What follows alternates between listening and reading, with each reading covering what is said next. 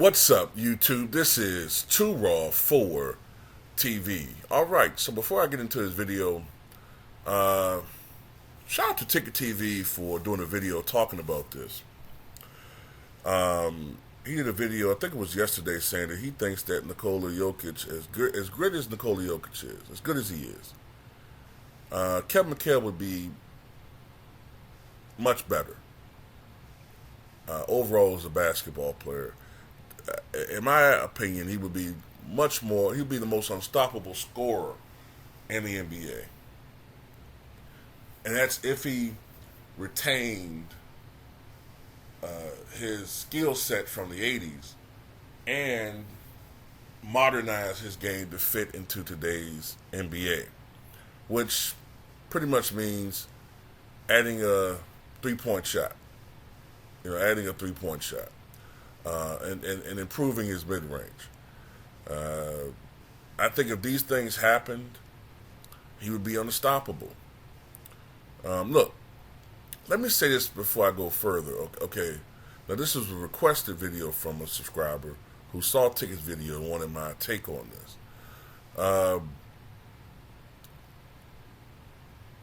He did not really shoot the three. But I do want to mention that the 2 years in which he shot it a little bit more, I think that was 1989-90 and 90-91. When you look at those two seasons, he shot 36% from three when you combine those two seasons.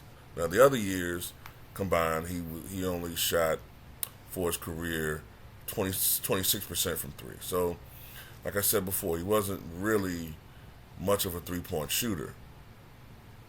But I do think that if Mchale played today, I think he definitely could have added that to his repertoire.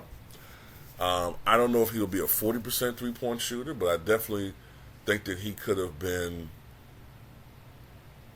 35, 36, 37% from three-point range, right?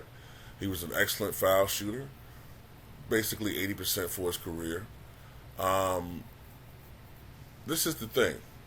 Jokic is a 55% career field goal. He shoots 55% for his career. So he connects on a high percentage of his field goal attempts. But this is an era where you have switches and, it's positionless basketball. Sometimes Jokic will be guarded against a guy like Claxton from the Nets, who probably is giving up 70 fucking pounds to Jokic, or sometimes you might even have a guy like, briefly, Russell Westbrook guarding Jokic. I mean, or Drew Holiday. Now, Jokic is 7 feet, 200 and, I don't know, his weight fluctuates. He's listed at 284. He's probably 260 now, right? I mean, what the fuck?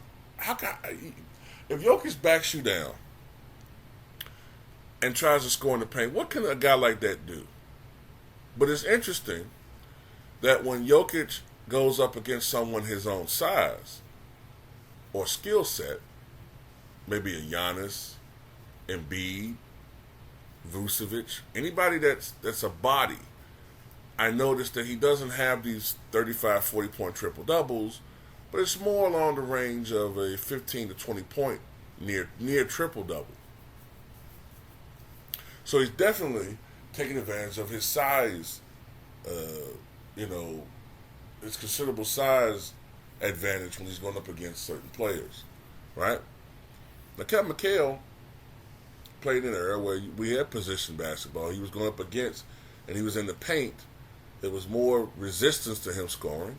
He was going up against power forwards and sometimes centers just as big, if not bigger than he was. But yet he still, because of his long arms and gangly, just awkward but effective shot fakes and maneuvers and pump fakes, he was able to score against virtually anybody. Anybody. He led the NBA in field goal percentage 1986, 87, 1987, 88. Those were the prime years of Kevin Mchale's career. Matter of fact, I remember, I always say this vividly.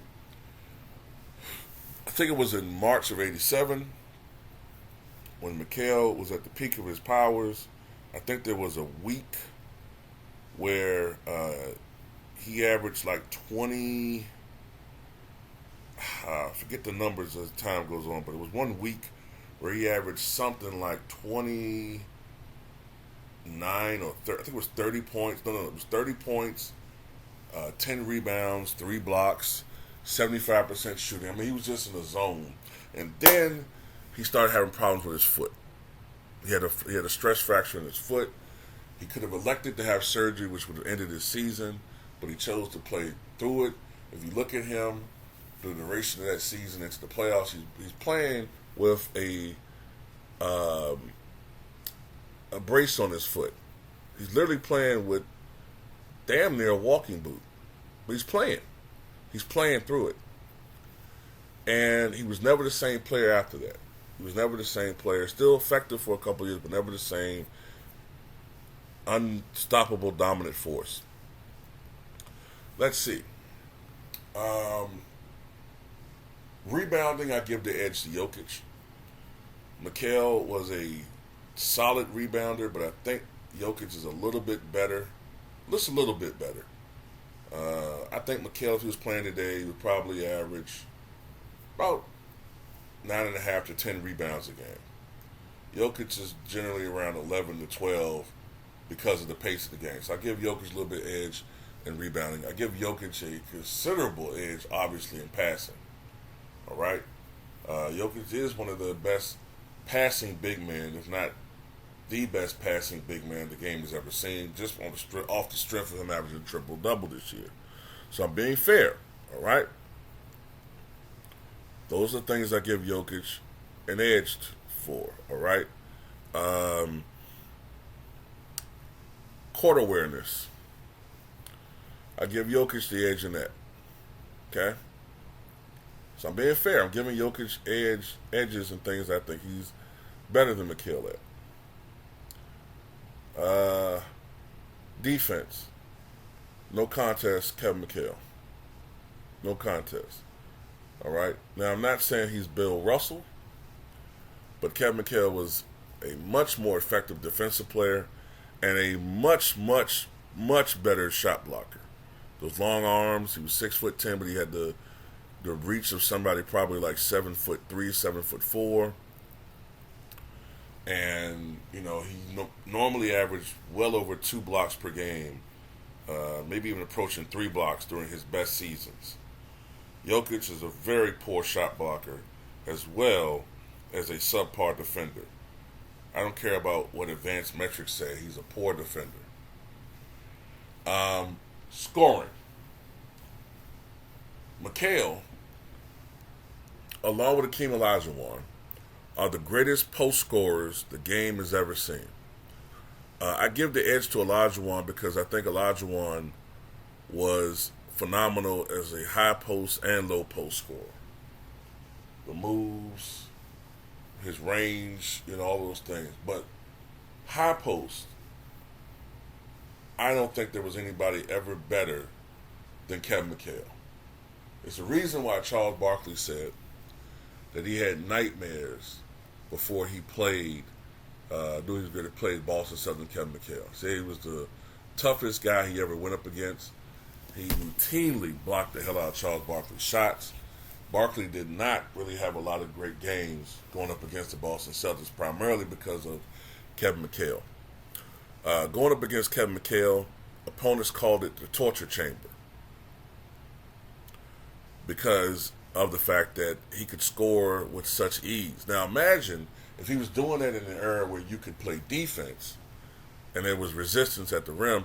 Imagine him going up against guys who are 6'6", 6'7", guarding him, and he's in the post.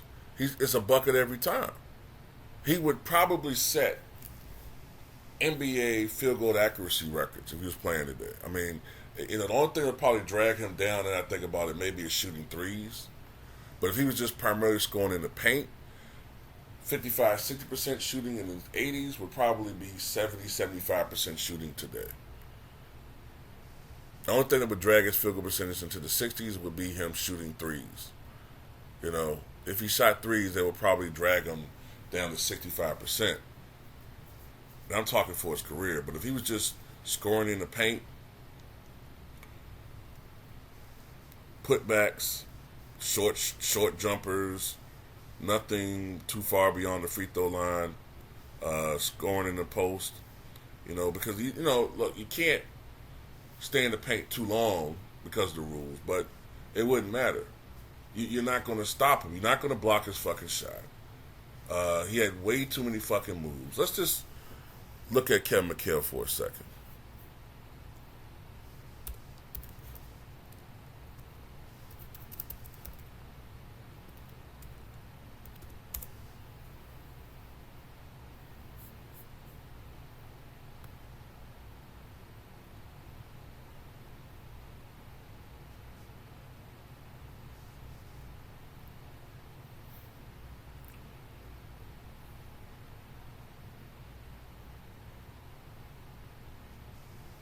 Here we go. By his seventh pro season, McHale had rehearsed and refined his low post moves and become one of the NBA's most dominant offensive forces, out-leaping, out-spinning, and out-maneuvering defender after defender in his, quote, torture chamber. McHale was never better than in the 86-87 season, setting career highs in scoring, 26.1 in rebounding, 9.9.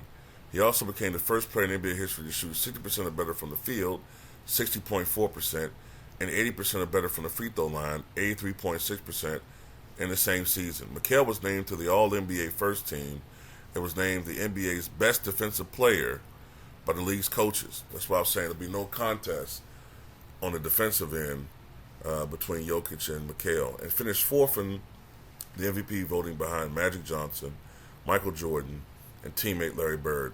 In 9 games through February 23rd through March 13th, 87, McHale, this is what I was remembering, averaged 30.7 points and 10 rebounds per game while shooting 72% from the floor. During this stretch, McHale scored his season-high points 38 versus the Pistons on March 1st. He destroyed the Pistons. It was back on March the 3rd, I think, of 1985 when McHale scored his career-high 56 points against the Detroit Pistons. In a win at Chicago on March 27th, McHale broke the navicular bone in his right foot. He ignored doctors' advice that the injury could be career-threatening and continued to play. And just looking at some stuff. Teammate Danny Ainge once called McHale the black hole of the low post, joking that when the basketball was passed inside the McHale, it disappeared because he rarely passed it back out to the perimeter. But in a win against the Dallas Mavericks on April 3rd, 1988, McHale played the role of passer, distributing a career-high 10 assists. And, like that's what I said. When it comes to passing, McHale was not that great, but he was unbelievable when it came to scoring. Just simply unbelievable. And his game would fit in today's NBA because even though he was 6'10", he was only like 210, 215, maybe 220 tops. So he had great cardio. He could run up and down the court. A great defender. A great shot blocker. It's so much easier to score today. And like I said, I could see him adding a three-point shot because he showed at least some range out there, especially as his career progressed. So, and one of the key signs of someone who's a great shooter or potentially a great shooter is to see what they shoot from the foul line. That's why, generally speaking, your greatest shooters are great free throw shooters. Curry, 91% for his career. Rick Barry, 90%. Mark Price, 90%. Abdul Rauf, over 90%. Reggie Miller, 89%. Ray Allen, 89%. Chauncey Billups, 89%. Chris Mullin, 87%. Who else? Calvin Murphy, 89%. Terrell Brandon, 87%. All these guys who you can think of, the great shooters, Djokovic, 88%. They're all great foul shooters. That's one of the indicators of a guy who probably potentially has the potential to be a great shooter. Kevin Durant, 88%. So, yeah, I think Kevin McHale would be a much more dominant offensive force. Now, what would his numbers be? I don't know. I don't know. He wasn't a selfish player. And that was one of the criticisms that Larry Bird had about him, is that he could have been a little bit more selfish. When I say selfish, I mean he could have been offensively even more dominant. But he was more of a team-orientated guy. So when I think of Jokic, I think of McHale. But I definitely could see him in this era shooting like 60 to 65% from the floor, 83% from the line, 37% from three. I don't know what his numbers would be. I mean, it's just hard to say, you know. I mean, I can just throw something out there. If he was on a great team, maybe 26 points, you know, 9.5 rebounds, maybe 2.5 assists, 3 blocks, you know, unbelievable scorer. Maybe he was on the average of bad team. Maybe his scoring would approach 27, 28. Maybe 58 to 60% shooting from the floor. Could be taking more shots, of course. You know, maybe, 10 rebounds a game. I don't know. It's hard to say. But I definitely agree that Kevin McHale would be better overall than Nikola Jokic if he was playing today. But tell me what you guys think.